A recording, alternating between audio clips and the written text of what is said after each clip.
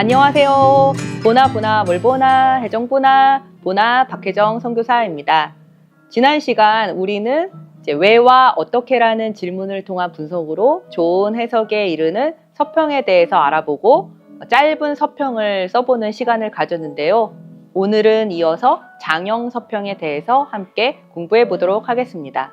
자, 장형 서평은 한 권의 책에 대해서 A4 3장 이상의 긴 분량의 서평을 말합니다. A4 3장 이상의 글을 뽑아내기 위해서는 책을 좀 속속들이 파고들 필요가 있는데요. 분석적 독서가 전제되어야 가능합니다. 텍스트 외의 텍스트들, 저자의 다른 책 혹은 같은 분야의 다른 책, 다른 분야의 비슷한 책 등에 대한 관계라든가 책의 시대적 의의가 글을 또 구성할 수 있게 됩니다. 예를 들어서 대학생의 서평 과제나 아니면 진짜 전문가가 쓴 전문적 서평 등이 이에 속합니다. 그럼 오늘은 장형 서평 쓰는 방법에 대해서 함께 알아보도록 하겠습니다. 장형 서평은 서두, 중간, 결말의 구성으로 이루어지는데요. 그럼 서두 부분에는 어떤 내용이 들어가는지 한번 볼까요? 먼저 나와야 되는 게 뭘까요? 네, 바로 그렇죠. 그거죠. 책 소개가 제일 먼저 들어가야 합니다. 첫째, 텍스트 정보를 정확히 소개해서 텍스트를 확정해 줍니다. 어떤 책이다. 네, 그 다음에 둘째, 저자에 대해서 간략하게 소개합니다. 이때 책과 무관한 그 저자의 정보는 쓰지 않는 것이 좋습니다. 셋째, 책 전체에 대해 간략한 인상을 씁니다. 이때 내가 이 책을 오해했었는데 하는 그런 자신의 오해나 어떤 실수에 대해서는 굳이 밝히지 않는 것이 좋습니다. 그다음에 넷째, 책에 대한 일반적인 정보를 실어줍니다. 검색이나 출판사가 제공하는 그런 정보를 활용하면 좋습니다. 자, 이렇게만 써도 벌써 서평의 서두 부분이 만들어졌습니다. 어렵지 않죠? 그 다음에 중간 부분을 볼게요. 네, 서평의 중간 부분에는 줄거리 요약과 본격적인 분석이 필요합니다. 서평 중간에 그 앞부분에서는 강약이 있는 줄거리 요약이 필요한데요. 줄거리 요약 팁에 대해서 한번 알아볼까요? 모든 것을 다 쓰려고 욕심부리면 안 되는 것이 가장 중요합니다.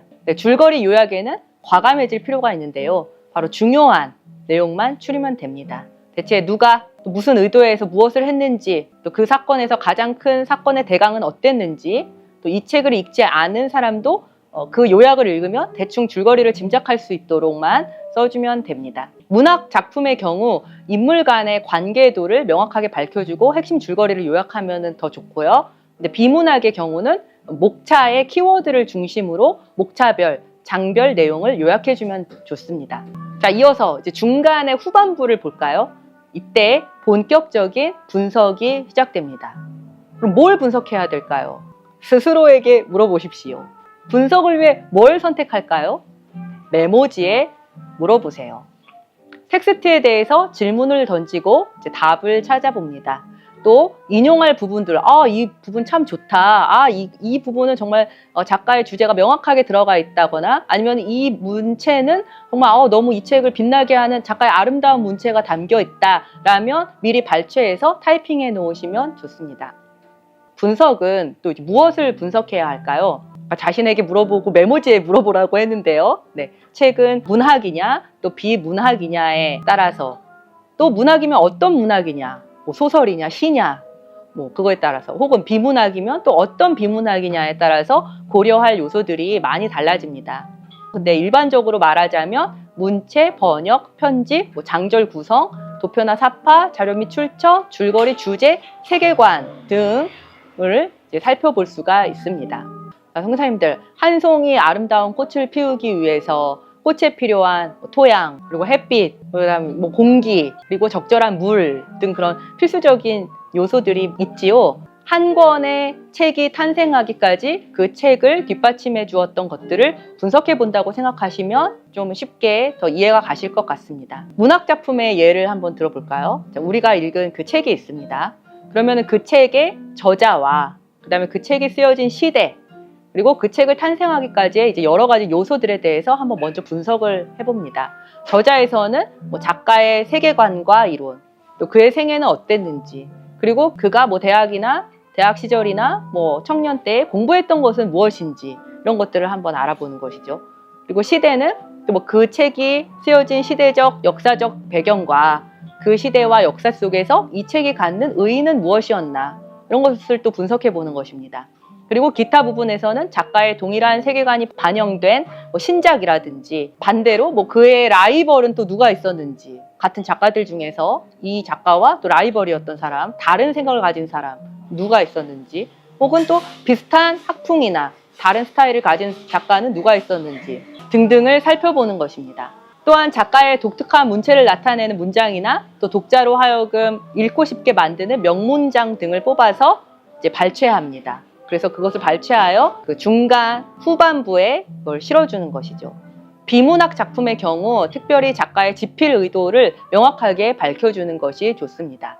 비슷한 내용의 책이 시중에 많이 있습니다. 그렇기 때문에 이 서평을 통해서 이 책이 비슷한 책들과 다르게 이 책만이 갖고 있는 특별한 점이 무엇인가 그것을 부각시켜주면 이제 그것이 좋은 서평이 되는 것이죠. 이제 드디어 마지막 결말 부분입니다. 책에 대한 자신의 의견을 개진하는 것입니다. 이때 자신만의 독창적인 평가와 해석이 들어가게 됩니다. 책에서 말하는 주장과 또 메시지에 대해 동감하는지 혹은 반대하는지 책이 가진 문제점이나 한계를 짚어서 그 이유를 대고 근거를 찾아 설명합니다.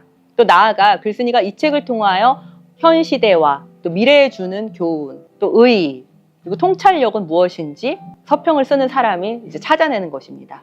말이 좀 거창해서 그렇지 그 책을 통해서 우리가 이 현 시대를 살고 있는 개인과 사회에 적용할 점은 무엇인가 그것을 한번 찾아보는 것이죠. 그래서 이 세 가지를 기억하시면 좋을 것 같습니다. 서평의 결론 부분에는 이 세 가지를 넣어주시면 좋은데요. 읽은 책에 새 이름을 붙여줍니다. 읽은 책의 제목이 있잖아요. 근데 그 제목을 재해석해서 내가 서평 쓰는 사람이 새 책 제목을 붙여주는 것입니다. 그리고 읽은 책의 권위를 회복시켜줍니다. 그리고 읽은 책의 시대적 의의를 재발견합니다. 를 기억하시면 아주 좋을 것 같습니다.